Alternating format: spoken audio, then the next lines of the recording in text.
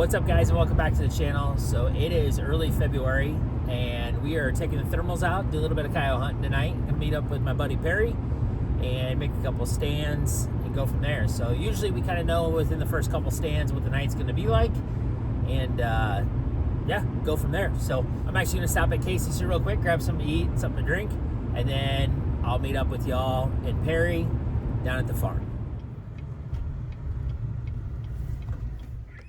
So this is a pretty typical way we start off all of our sets with coyote vocals, and especially in February where you're coming into breeding season. We kind of see what answers us, and then we decide from there how long we're going to spend on this set.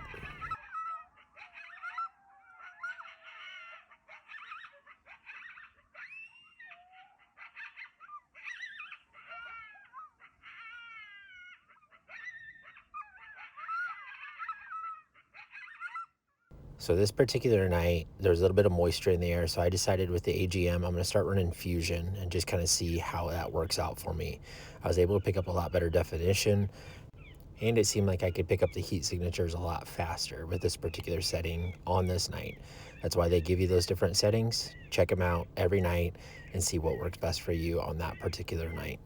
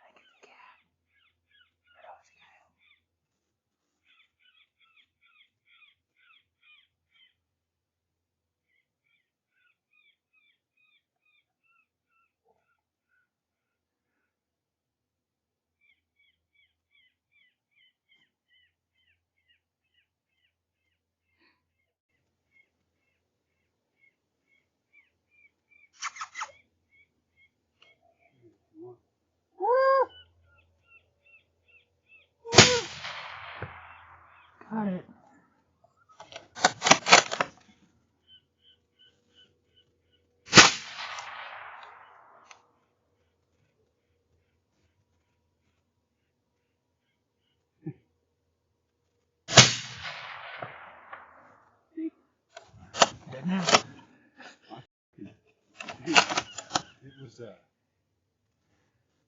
It was coming down the road, and my battery was changed batteries.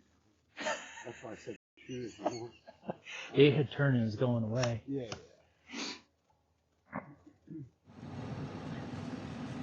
Alright, first coyote of the night. Just a little female pup from this year. What'd you say that shot was? 223? Yeah. Came to Lucky Pecker. Lucky Pecker. There you go. So breaking down this new coyote rig that I built, I'll link all of it in the description below, but it is a Howa Mini 1500 action, barreled action from Brownells in 6-arc on an MDT chassis. I'm shooting an AGM T25 by 384 Rattler. This barreled action is the 22-inch pencil barrel, and then it's got a DeadAir 30 cal Sandman K on the front of it with an Armageddon wrap. Overall, I absolutely love this build. I couldn't ask for anything better, and that 6-arc has been nothing but phenomenal for me. All right, so that was set number 2. Obviously a successful one. I'm gonna head to another farm here and hopefully be successful there as well. So maybe kind of starting to figure out the sounds that they're wanting right now. We'll head over into this other farm and see maybe if we can't get them stirred up over there, and see if we can't kill another one with the 6-arc. So this next set here, I'm actually by myself now. Perry had to take off for the night, so I am in about 25 minutes at this point, and I start playing Coyote Kryptonite. It's just a fight sequence, and you can hear it going in the background here. You'll kind of see how this hunt plays out. So as this set progresses, you'll see that this hillside kind of fills with deer. I played some distress, gone through my vocals and everything, had no response or anything along those lines, but this just proves don't ever leave a set without playing some sort of fights or pup distress. And at this point, I move over into a sound called OK Corral, and I pick up a new heat signature, and you'll kind of see all of a sudden this 1 turns into 3. You can tell that they're a smaller signature than what the deer are, and they are coming on a string.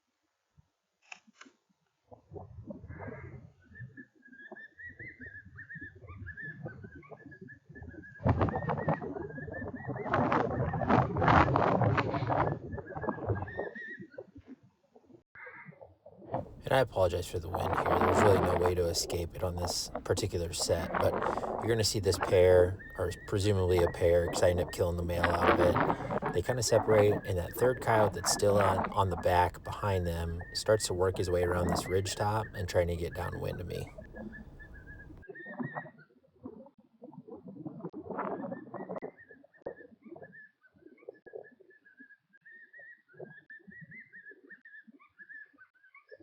So another little tip and trick here, you're going to see that they continue to come. So I'm not going to change my volumes, my sounds, nothing. I'm not changing anything. You'll see that third coyote just popped his head over the top there. The second coyote actually stops in this little draw and hangs up there, but that front one is still coming on a full run. So I'm not going to change anything here. I've got no moon. It is pitch black, and I've got a good wind. But you're going to see here that second coyote doesn't like it, turns and starts to go away.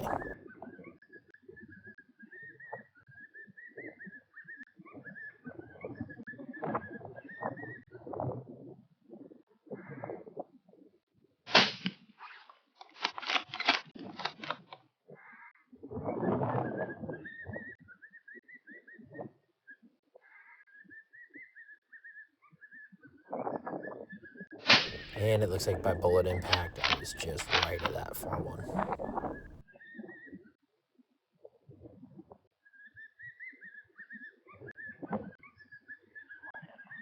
Those coyotes came in at minute 34. Like, that's unbelievably a long time. Like, that's cat time usually, but I'm probably really snotty here. I apologize. It's like 34 degrees out. We got a pretty decent south-southeast wind, or southeast-east wind, excuse me. We got some snow moving in here in a little bit, so. But, yeah, minute 34, played OK Corral, and they come blaring across this top, and there was a whole top full of deer, and all of a sudden I looked over there, they were all gone, and then I could see the two smaller heat signatures running, and then a third one that kind of tried to loop around on top. So there's like a 70-ish yard shot, and the 6 arc just folded it, and I took a crack at the second one, but just didn't work out for me. So we'll go down here, take a look at this coyote, get it picked up, and then we're gonna head on to the next set here. So let's go check him out. There you go.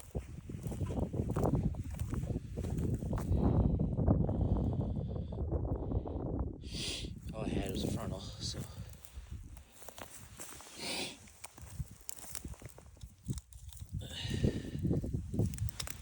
male. Rubbed up a little bit.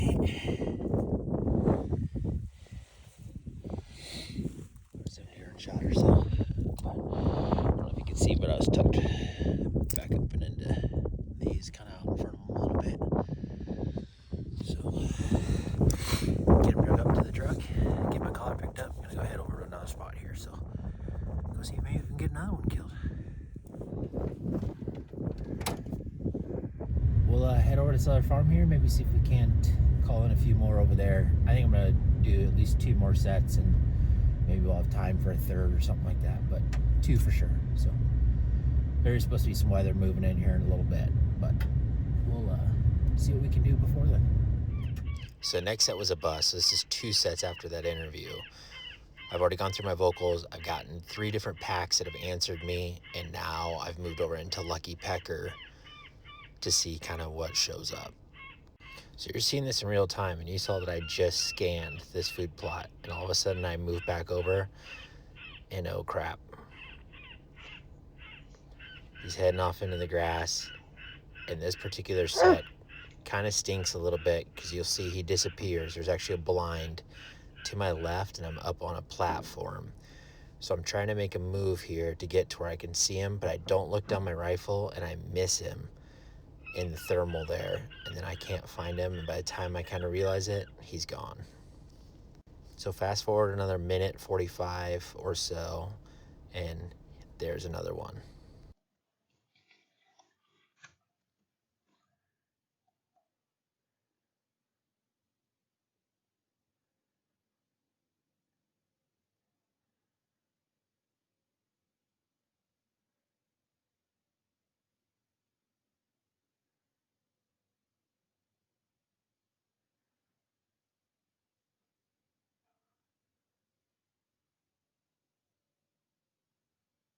And I'm still kicking myself for not squeezing the trigger here.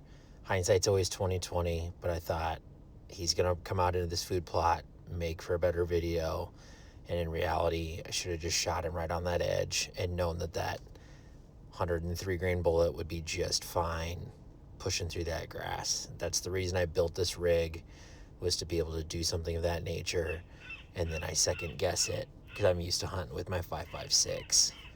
You'll see again, he turns, gives me another opportunity. I don't take it, and again, hindsight's always 20/20.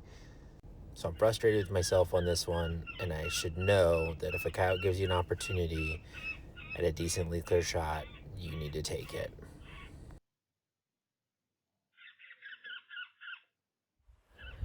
All right, well, that's going to end the hunt here for tonight. Like you saw, that last stand had at least 3 different coyotes, one that was real close, that if I could have just got swung around on it, it kind of came through in a blind spot that I had there. So that's the downside to hunting solo a lot of times, is just sometimes you miss those blind spots or those angles that are a little tougher to see.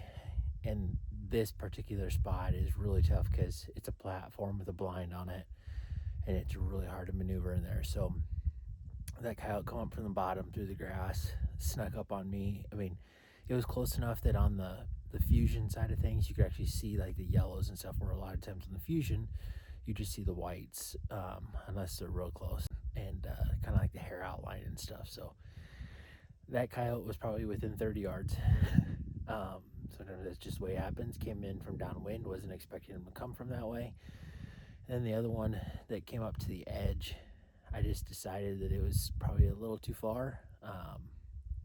Now knowing what the range is there, it was well within range. He was like 125, but just shooting through the grass and stuff, I was hoping that he'd come out, kind of loop around and come through the food plot like they usually do. So it is what it is. Can't win them all. So we'll be back here definitely to call again. You could see coyotes over on the neighbors and stuff too, running around. I mean, there's a pile of them over here on this farm. So we'll keep calling it and keep hopefully banging away on them. So, but anyway, appreciate y'all being here. Like I said, that's going to be the end of this hunt here, and we'll catch you on the next one.